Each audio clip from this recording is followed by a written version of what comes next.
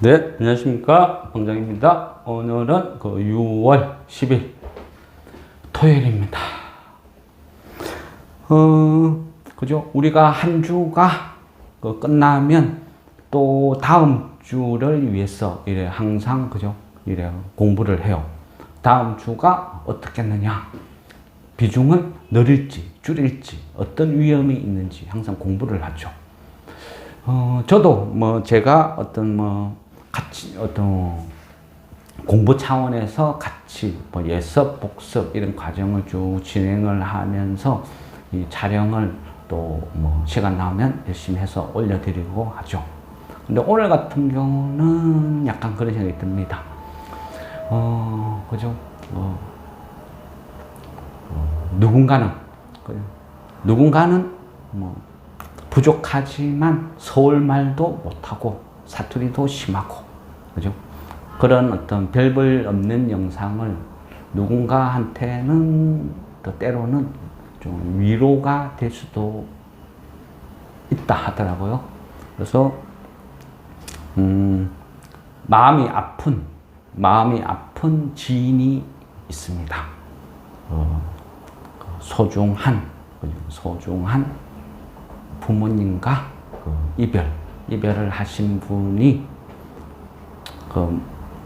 제 영상을 보면 약간 위로가 된다 하시더라고요.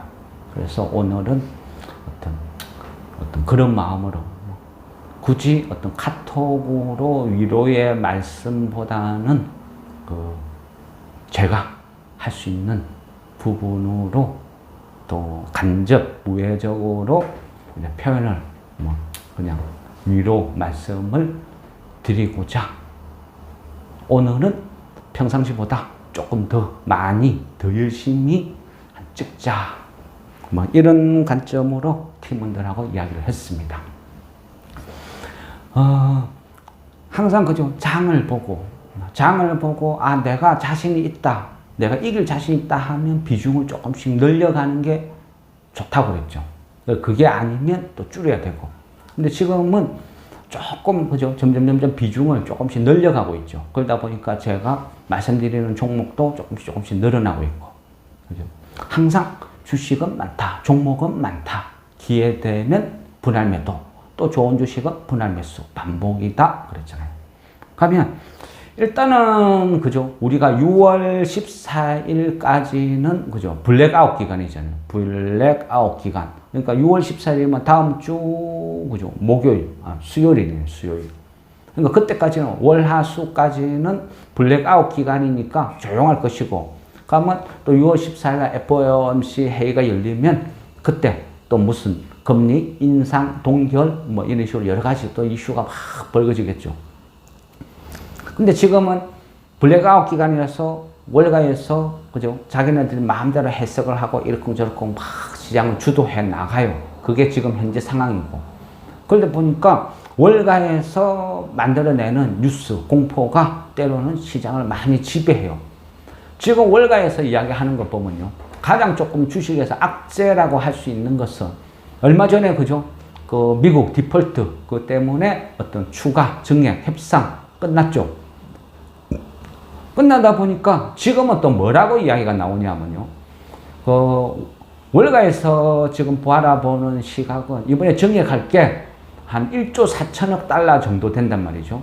근데 그 1조 4천억 달러 정도 되는 돈을 급하니까 빨리빨리 집행을 하죠. 재무부에서.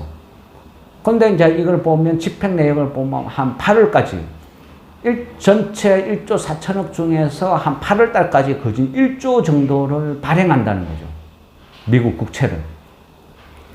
그리고 이 부분이 그러니까 1조 정도 되는 국채를 단기간에 확 발행하면 시장에 있는 돈들을 다 흡수를 한다는 거예요.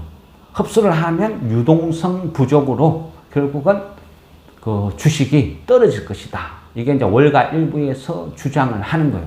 그게 또 이제 주시장을 한 번씩 흔들어 놓죠. 그러면 이제 이 부분을 어떻게 해석하느냐, 이런 싸움이죠. 근데 앞전에, 그죠? 디폴트가 한 해 만에 막 했을 때 앨런이 뭐라 그랬어요? 지금 돈이 집행이 안 되면 미국에 6,600만 명이 공경에 처할 수도 있다. 그렇게 이야기했어요. 그 말은 6,600만 명이 대기를 한다는 말은요. 이번 돈은 재무부에서 1조 정도 되는 국채를 발행해서 돈을 흡수를 했어. 이거를 딱 티핑 개념으로 가면 시중의 유동성은 말라버리죠. 그러면 조금 영향이 미칠 거예요. 그런데 이번에 단기에 빨리빨리 발행하는 국채는 키핑 개념이 아니죠. 6,600만 명한테 돈을 풀어서 쓰겠다는 이야기잖아요. 그러니까 그 말은요. 그죠? 유동성이 고갈이 아니고 오히려 새로운 유동성 공급이라고 보는 게 맞는 것 같아요. 그러니까 악재가 아니고 반대다. 오히려 재무부에서 돈 찍어가지고 또 나눠주는 거다. 그 돈들이 주식으로 몰려올 수도 있다. 그러니까 오히려 유동성 어떤 공급이니까 호재다. 좋다. 저는 그렇게 보여요. 그게 오히려 맞지 않나? 뭐 이런 관점이라는 거죠. 우리가 지금 보통 그죠? 금리라는 거, 시중 금리라는 게 보면 무작정 높아도 안 되지만요. 그렇다고 무작정 낮은 것도 좋은 건 아니거든요. 시중의 금리라는 거는 우리가 그죠? 어떤 뭐 기본적인 위험 프리미엄 이런 개념도 있고 아니면 앞으로 발생될 기대 인플레이션 이런 것도 있고 무엇보다 앞으로의 경제 성장률에 따라서 금리라는 것도 변한다는 거죠. 그런 맥락에서 어떤 본다 하면 지금 현재 어떤 금리에 너무 예민하게 좀 반응할 필요는 없지 않나 이런 생각이 들어요. 단지 지금은 금리를 보는 게 아니고요. 그죠? 시장 상황을 봐야 되죠. 그동안 그죠? 어찌 보면 인플레이션이 발생되니까 이 인플레이션을 잡기 위해서 금리를 올린 거죠. 그러면 반대로 인플레이션이 발생 안 되면 금리를 올릴 이유도 없다는 거잖아요. 그러면 인플레이션이 왜 최초에 발생했죠? 인플레이션이 발생했던 최초의 원인은 코로나죠. 코로나가 전 세계적으로 급격하게 퍼지고 거기에 대해서 전염으로 많은 사람들이 죽어요. 죽다 보니까 미국에서는 어떻게 했어요? 트럼프 때. 이 코로나라는 게 걸리면 죽는다는 이 공포가 휩싸으니까 사람들 입장에서는 앞뒤 안 가린 거죠. 일단 살고 봐야죠. 그러다 보니까 강하게 밀어붙이는 거예요. 압박. 그러면 트럼프도 우리 사회에서 코로나를 전염시키는 그 매개체는 불법 이민자다. 불법 이민자들이 아무 데서나 자고 길거리에 노숙을 하고 씻지도 않고 이러다 보니까 코로나가 점점 더 확산이 된다. 그런 식으로 이야기를 하니까 그 지역사회 주민들도 공감을 하죠. 일단은 내가 살고 봐야 된다. 그러니까 트럼프가 어떻게 해요? 이민자를 추방을 시켜야 된다. 그러니까 사회적인 공감을 얻고 다 이민자를 전부 다 추방을 해버리죠. 그게 그죠? 이민자에 대한 어떤 그 정책, 42호 정책인가 그랬죠. 그 불법 이민자를 추방하자. 그러다 보니까 그 불법 이민자들 다 추방을 하다 보니까 이제 일할 사람이 없어요. 노동자가 없어. 심지어는 트럭을 운전할 사람도 없다 보니까 그죠? 그 항구에 엄청난 배들이 대기를 하고 있어요. 정박을 하고 화물을 풀지를 못해. 그러다 보니까 물량 공급이 제대로 안 되고 제대로 안 되다 보니까 인플레이션을 계속 불렀어요. 또 생산을 못하니까 점점 더 심화됐죠. 또 이민자들이 떠나고 없으니까 아주 고귀한 백인들만 남아있어요. 미국인들만 남아있어요. 그러니까 그런 사람들이 험한 일을 안 하려고 하니까 사람은 부족하고 그러니까 돈을 더 줘야 되죠. 그러니까 임금이 자꾸 올랐어요. 그러니까 악순환을 불러서 인플레이션을 유발했다. 그 인플레이션을 잡기 위해서 금리를 끝없이 올렸다. 그게 이제 골자죠. 주요 골자. 그러면 앞으로는 어떻게 되겠느냐. 5월 달에, 그죠? 불법임자 추방 정책 폐지했죠. 이제 폐지했어요. 다시 예전으로 돌아가요. 가면 이제는 새로, 사람들이 들어올 수가 있어. 그러다 보니까 멕시코 국경에는 지금 입국하고자 하는 사람들이 넘쳐나요. 엄청나게 있어요. 근데 미국에서도 불법 이민자를 한꺼번에 훅 들어오는 건 싫어요. 아니, 사람들이 싫어하죠. 그리고 내년에는 대선이 있어. 그러다 보니까 이 유권자의 어떤 시선도 무시 못하는 거죠. 그러다 보니까 이 백인들 입장, 미국인들 입장에서는 이민자들을 갑자기 훅 들어오면 자기네들이 임금이 까죠. 그러니까 당연히 싫어하죠. 그러다 보니까 서로의 어떤 절충을 하는 거예요. 그래서 새롭게 다시 그죠? 이민자 수용 정책을 발표를 했어요. 그게 8.5 정책. 그러면 1일 1000명 선에서 온라인 접수를 받아서 그 사람들을 미국 사회로 유입시키겠다. 이래 이야기하는 거죠. 그래 보면 하루에 1000명씩, 뭐 한 달이면 3만 명씩 각 산업 곳곳에 이제 인력이 유입이 막 되는 거예요. 그러면 그 시급에 갑작스런 다운도 막을 수 있고 어느 정도 적응기, 안정기 이런 식으로 서서히 할 수가 있다. 이런 식으로 보는 거죠. 그러다 보니까 지금 시간당 평균 임금도 한 0.3% 떨어졌죠. 조금씩 하향 안정으로 간다. 시급이 떨어지면 어떻게 돼요? 그죠? 인플레이션을 구성하고 있는 요소 여러 가지를 하다 보면 그 중에 그 임금이 차지하는 비중이 엄청나잖아요. 근데 이 임금이 이제는 하향 안정하러 점점 가겠죠. 왜? 수요 공급의 법칙. 이제 이민자들이 엄청나게 밀고 들어올 거니까. 그러다 보면 하향 안정으로 간다. 그러다 보면 물가, 인플레이션은 점점 하향 안정화될 것이다. 인플레이션 꺾이면 더 이상 금리를 그죠? 올릴 이유, 명분은 없어지잖아요. 그게 맞잖아요. 금리를 올릴 때도 인플레이션을 잡기 위해서 올렸으니까 인플레이션이 꺾이면 금리도 동결 내지는 앞으로는 하락으로 간다. 이래 보는 게 맞는 것 같아요. 그렇지만 과연 2%대까지 갈까? 그거는 저는 뭐 약간 힘들 것 같아요. 단지 바뀌는 거죠. 생각이 바뀌는 거예요. 모든 세상에 그죠? 우리가 10년 전, 20년, 30년 전에 물가 수준 그거 따져보듯이 임금 따져보듯이 앞으로 사회도 그래 흘러가는 거예요. 인플레이션이 발생되면 적당한 금리와 물건에 대한 가격이 다 오르는 거죠. 상품 가격이 다 올라요. 오른 대로 그냥 적응하는 거예요. 라면값 올라도 그냥 적응하고 먹는 거예요. 소주 한 병 3,000원하다 4,000원에도 적응하고 이제 먹는 거지. 소주값이 다시 3,000원대로 돌아갈 거라고 바라는 사람은 아무도 없겠죠. 그런 식으로 모든 상품 가격이 인상이 되고 거기에 맞춰서 사는 거예요. 문제는요. 주식도 똑같이 상품이라는 거죠. 그래서 적당한 인플레이션, 고금리는 결국 시간이 지나면 주식이라는 상품도 다 같이 오른다. 그 키높이에 맞춰진다. 이래 볼 수 있는 거예요. 왜? 화폐 가치는 그만큼 떨어지니까. 그런 관점에서 어떤 주식을 대하면 길게 멀리 보면 어찌 보면 좀 편할 수 있어요. 그래서 지금은 너무 그죠? 다시 고금리, 다시 연준에서 미연준에서 금리를 또 올릴 줄 몰라. 6월 달에 당장 또 올릴 줄 몰라.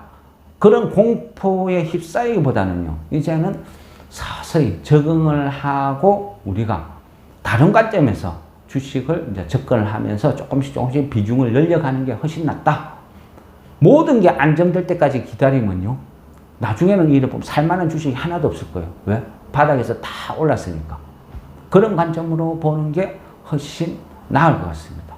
그래서 지금 뭐 6월 달에 FOMC에서 당장 뭐 주식 금리를 0.25 또 올릴 줄은 모르겠어요. 근데 만일 올린다고 하고 또 막 주식이 만일 확 떨어진다면 오히려 그걸 매수 기회로 보는 게 나을 것 같습니다. 지금은 어떤 그런 데 휘둘리지 말고 이제 앞으로 새롭게 이제 코로나가 완전히 어떤 끝나는 종식하고 다시 시작되는 어떤 그런 장세 사이에 빨리 적응을 하는 게 낫고 주식 시장도 결국은 그렇게 갈 것 같습니다. 단 계속 말씀드리지만 이제는 중국 시장은 안 보는 게 나을 것 같습니다. 중국 시장의 어떤 포커스는 안 보고 다른 쪽으로 중국을 제외한 테마로 접근하는 게 훨씬 나을 것 같다. 뭐 이런 관점으로 이제 저는 보는 편입니다. 그러다 보니까 오늘은 그 종목도 뭐 가능한 여러 종목을 막 설명드리려고 하고 있거든요.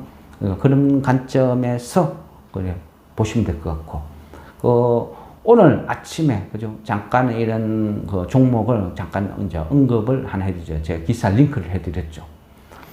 뭐 어떤 상품권이나 아니면 어떤 뭐 전자화폐라든지 뭐 이런 개념이 있죠. 이런 개념은 일반 주식과 약간 틀리게 봐야 돼요. 어떤 특정 백화점에서 그 백화점 상품권을 이래 만들어서 판매를 하잖아요. 하면 내가 상품권을 1,000억 찍어서 판매를 하면 그건 누군가가 사갔어. 사가면 나중에는 결국 그 상품권을 들고 와서 물건을 가져가니까 쌤쌤이지만요. 실제 운영을 해보면 많은 상품권들이 청구가 안 돌아와요. 왜? 뭐 분실, 소멸, 뭐 소실 어떤 식으로든 없어져 버려요. 그러니까 보통 10% 이상은 그냥 되돌아오지 않는 거예요. 청구를 안 하는 거예요. 그러니까 회사 입장에서는 불로소득이라는 거죠. 예전에 주식을 보면요. 뭐 문화상품권이라든지 뭐 그런 도서상품권 이런 거를 판매하는 기업들이요. 이익이 급증하는 그런 현상이 막 벌어졌어요.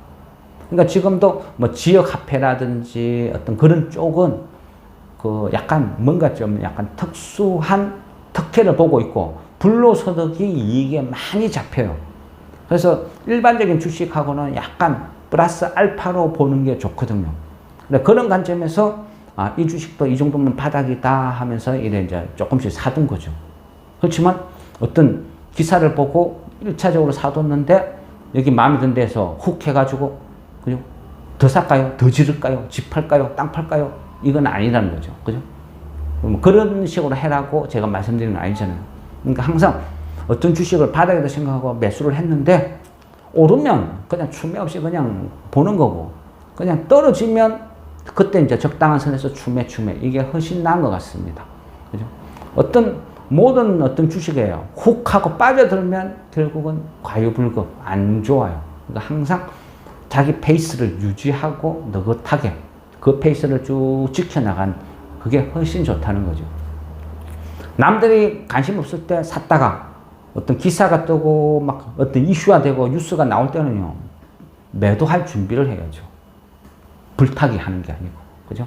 그런 관점으로 접근을 하는 게 훨씬 좋은 것 같습니다. 뭐 다음 주도 뭐 적당히 그죠? 지수의 과도한 상승은 없을지라도 뭐 개별 종목이나 이런 거는 꾸준히 살아 있을 것 같아요. 그래서 뭐 나름대로 뭐 괜찮다, 좋다. 종목 선정만 잘하면 뭐 재밌는 장이다. 뭐 이런 생각입니다. 그래서 나쁘지 않다. 근데 어떤 경우도 그죠? 100% 현금 소진은 하지 마세요. 그죠? 항상 어느 부분, 일정 부분의 현금을 쥐고 있어야 만일의 사태에 대비를 할 수 있는 거거든요. 그런 관점에서 접근하고 단지 지금은 현금 비중을 줄이고 주식 비중을 조금씩 늘려나가자. 거기에 맞춰서 종목도 제가 이제 조금씩 어떤 추천하는 게 조금씩 더 많아질 거다. 단지 추천드리는 모든 주식을 다 살 필요는 없어요. 그냥 본인의 보유 종목 수량이나 어떤 재정에 맞춰서 적당히 조절하시면 된다는 거죠.